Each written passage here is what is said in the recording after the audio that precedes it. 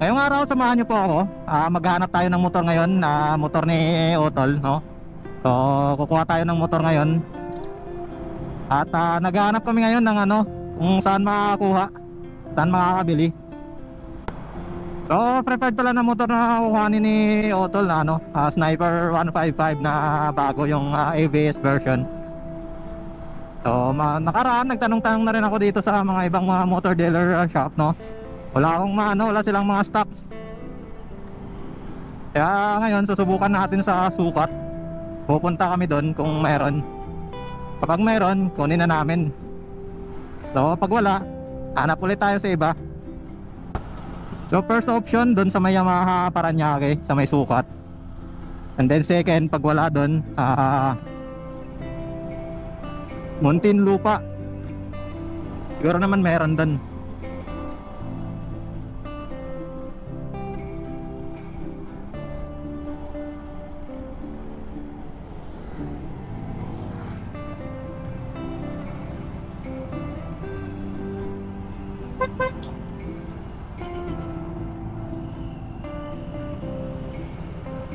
Ayan, balitaan ko kayo mga kasiging pagka ando na tayo sa may motor dealer shop kapag may nakahanap po tayo no?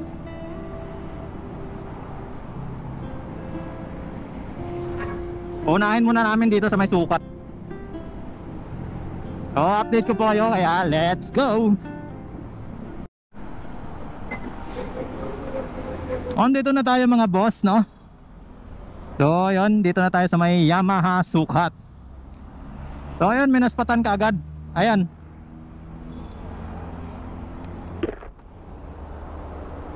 ABS. Yun, pasok tayo dito. So dito tayo sa Motor Trade, Muntinlupa. Ay, sukat pala.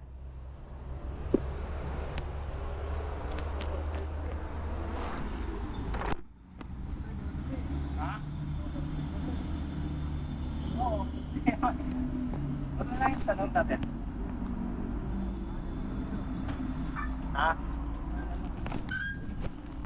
Yan.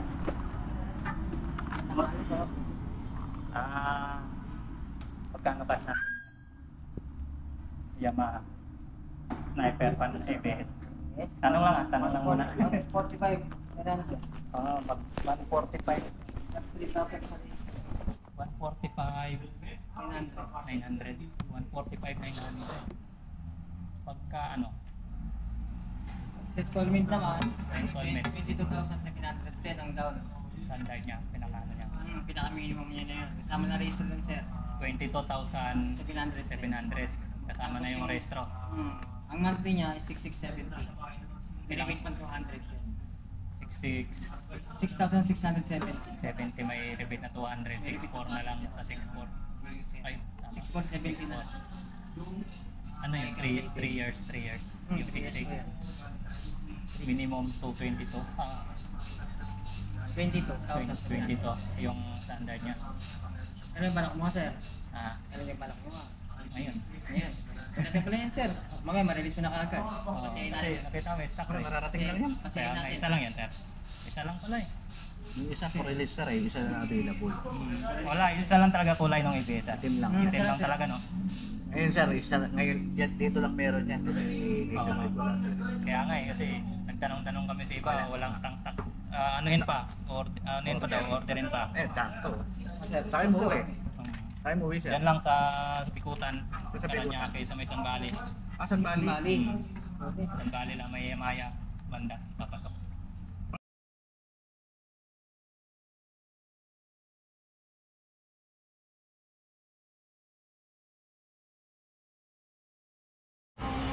So ayan boss, may pangatlo tayo dito dito sa may Yamaha ulit, no? Papuntang Putatan to eh. So pangatlong Yamaha motor dealer to. So tatanong tayo dito ulit.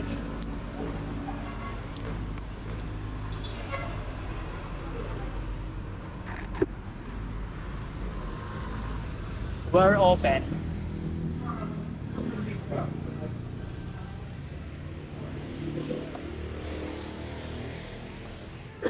Madam, ay boss, may available po ba tayong Yamaha Sniper 155? Arlong. ABS. Yun, sakto. Anong mga previous nito, madam? Half face helmet. Half face. Tsaka yung cash price niyan, sir, 1.59 plus 3,000 sa LTO for 3 years na yun. 3,000 sa LTO. Sa LTO. Register ba? Sa registration, sir, for 3 years na yun. So lahat 148, ay 145, 148,900. 148,900. Saka yung ORCR natin, sir, 3 to 4 weeks original copy na yun. Sa 148, pasok na po yun din. Yung registro. Tama, So, sa 148.9 kasama na yung registro doon. Sa 148.9, no? Kasama na registro. Tapos, ano yung sa ano? Yung sa insurance, yung Ano, sir, yung sa insurance TPL lang. TPL. Yung sa third party lang, sir, yung kasama sa registro. Pero sa comprehensive, sir, kung gusto niya avail, yung additional compre. 5,800. Yung compre. Oo, good for 1 year yun. 5,800, pero optional lang siya. Loss and damage na yun. Yun ang coverage niya, sir. So, pag tinota lahat, pag magkano kaya yung ano? Huwag muna kayo, sir. Double check ko lang para sure. 148. Tapos, kasama yung 5 plus. Magkano yun mo na? 5.4? 148,900, sir.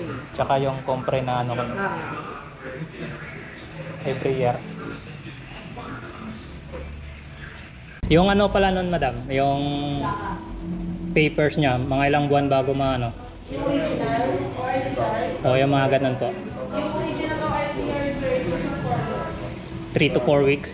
So, then yung insurance policy naman, hindi pa natin siya kailan. Pero at least, kahit man, complete the insurance. Paglabas ng motor mo, natin sa insurance, kaya wala ka pang hawak. Kasi sa akin pa yung basok ng motor sa akin. 3 to 4 weeks pre. Hindi mo hawak yung insurance, at least, okay lang nila kasi covered nila. Oo. Anong ano mo pre? Ikaw, option mo yan eh.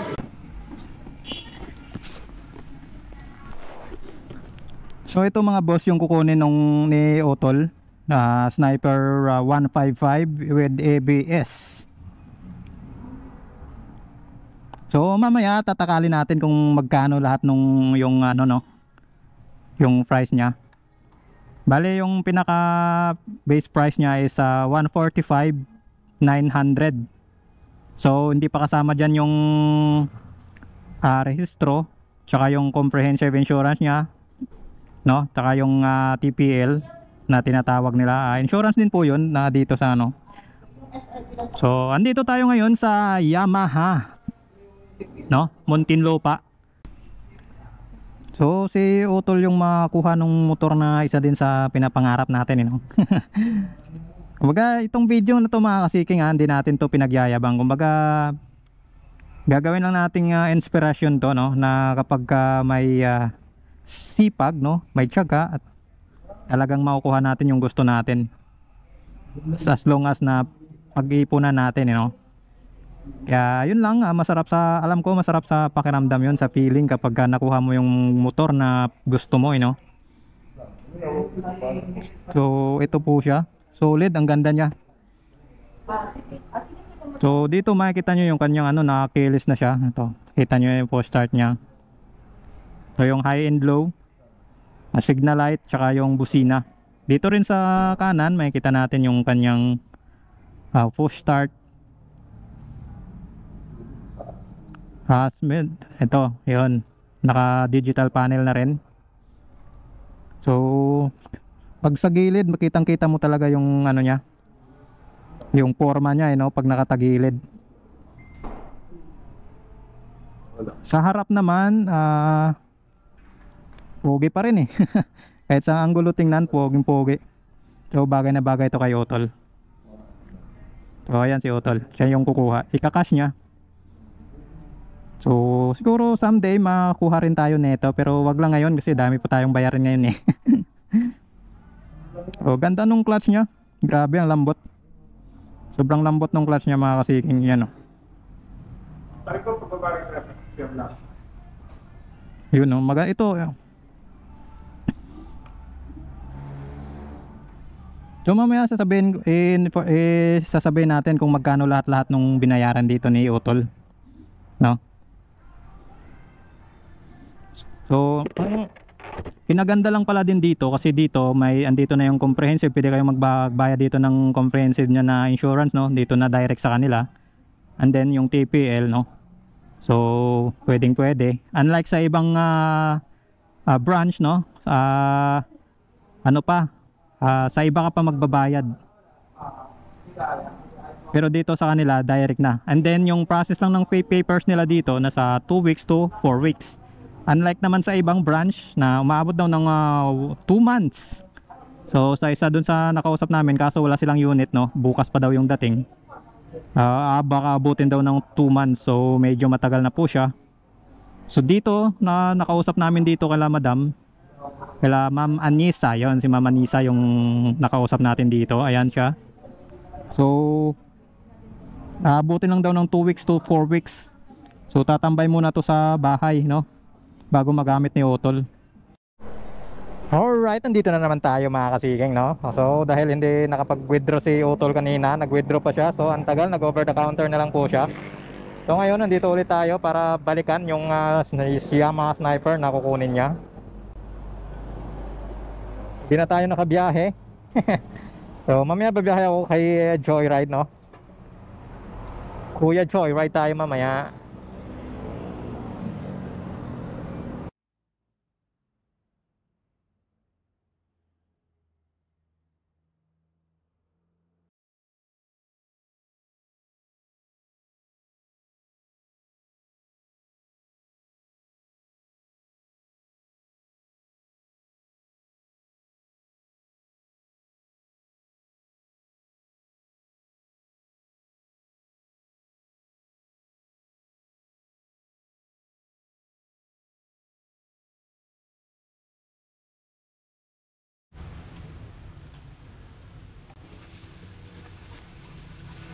So ayun po mga kasiging, no? Magkakabayaran na po sila.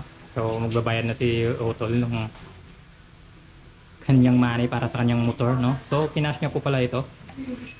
So mamaya sasabihin ko sa inyo kung magkano lahat-lahat nung binayad niya, no? So dito lang yan sa may Yamaha Putatan branch, no? So dito marami silang mga naka-display na motor. So feel free para pumunta dito para silipin yung kanilang mga motorcycle, no, na naka-display. So meron dito may mga may sniper pa dito na naiwan, no. Yamaha Sniper 155 ABS version. So one color pa rin din naman siya, isang kulay pa lang din naman, kulay matte black tsaka glossy black combination po.